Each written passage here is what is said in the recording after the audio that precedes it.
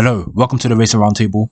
Today's video is about the budget cap and the news around it recently. So I'll start with the issue, and the issue is inflation. And inflation has become rampant around many countries around the world because of the pandemic. Governments had to print money, and so they basically have to pay that money back. They've had to borrow money, print money, and now they have to do something about that. And so costs have gone up. The price of bread, meat, vegetables, etc. have gone up. And this obviously affects F1 teams because they have access to premium materials, luxury materials, rare materials, transportation, paying staff, things like that. They need to be able to cover all these costs whilst staying within the budget cap of $140 million.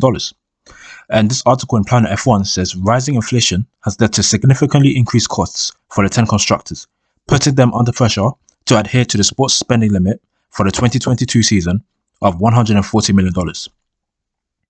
And Gunther Steiner has said that any increase to the budget cap will 100% affect the big teams in a more positive way than the smaller teams. Because I don't know if this is right, but in my opinion, it makes sense if teams like Haas, Williams, Sauber / Alfa Romeo have a budget, they've set the budget themselves that's below $140 million, because they just genuinely don't spend $140 million a season because they can't afford to.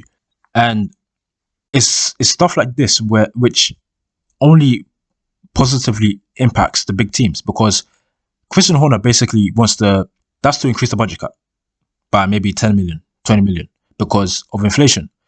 But they could also use that increase to spend more money to bring more parts, like they've done for the past 70 years in F1, keep bringing parts every race and become faster. But this season, because of the budget cap, they've had to restrict that. They can only bring updates that they know for sure has a high chance of working and improving the pace of the car. They can't just bring something and see if it sticks or not. They have to either bring one or two major updates a year, or bring updates sparingly over the course of the year, small updates that they can, which makes marginal improvements instead of big chunks. Now, I'll look at both points of view, because on the one hand, Matteo Binotto is talking about inflation, Horner is talking about inflation. Inflation is a big risk. It's a big factor, because I don't know if they thought about inflation whilst they were making the budget cap, but they should have taken that into account, because inflation changes. Ferrari, for example, based in Italy. Inflation in Italy will be different to inflation in the UK. And inflation in the UK will be different to inflation in Switzerland and America, etc., so on and so forth.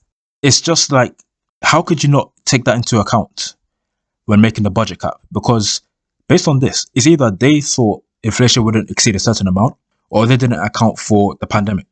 But they had time. When the pandemic happened, they had time to implement a margin for inflation. They had the chance. And Binotto is saying, I'm pretty sure at some stage we will go over. And yes, okay, you may go over. Inflation is out of their hands. That's 100% fact. That's out of their hands.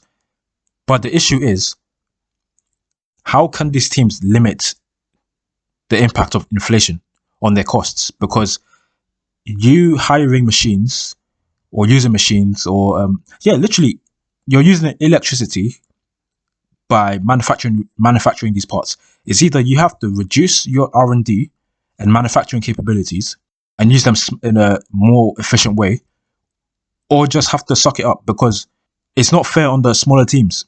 They don't even reach $140 million. They don't reach it. And it goes against the budget cap principle of level the playing field as best as they can. You cannot spend more than this and outspend and outdevelop these teams, the smaller teams. That's the principle of the budget cap. And to also make F1 more sustainable. Yes, inflation is a big impact, but you can counter that by reducing the number of upgrades you bring and the manufacturing runtime you have, as well as maybe reducing the stuff you have and need. And Gunther Steiner perfectly sums up what I was going to say from the other point of view, which is the smaller teams and the midfield teams. They're going to go hold on, our budget doesn't even reach $140 million, but you're going to increase it because the big teams are struggling with inflation. But in actual fact, they probably just want to bring more updates. They just want an excuse. They just want the extra margin.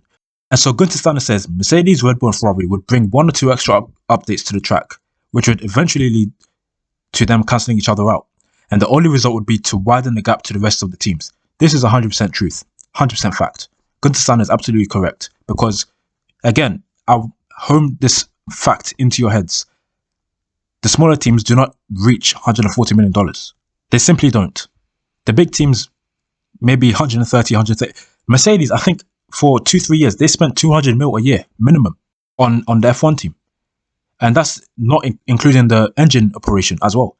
And they also made a profit because they're Mercedes. It's not like Williams. Imagine Williams spending 200 mil 1 year just to get into the midfield and then not being able to sustain it. That's basically what a budget cap is in for, because teams like Williams, Haas, Sauber / Alfa Romeo, Aston Martin, they cannot match the spending power of these teams.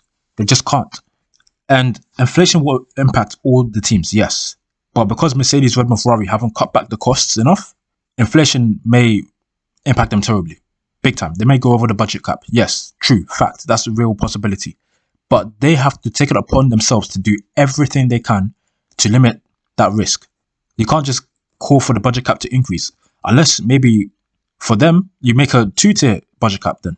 So increase the budget cap for the big teams by maybe 5 mil, 10 mil, and then the rest of the teams by 10, 15 mil. But then again, therein lies the issue. The smaller teams don't make that much money and cannot spend that much money.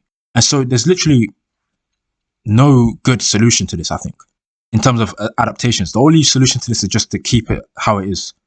Because the budget cap is going to go down 5 mil next year as well. And it'll become $135 million.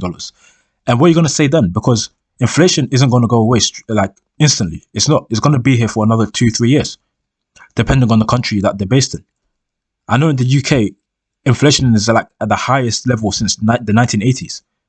And that's not just going to go away straight away. It's going to be at around that rate for another 2-3 years. It won't go back. The Bank of England, in the UK bank basically, who sets the rates, aim for inflation of around 2%, and it's at 9% right now.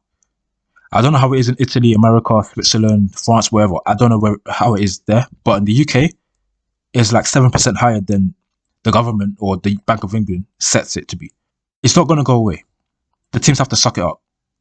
Just have to find a way, reduce the number of personnel you take, try and limit the parts they bring to the track. Transportation costs, you can't really do anything about that.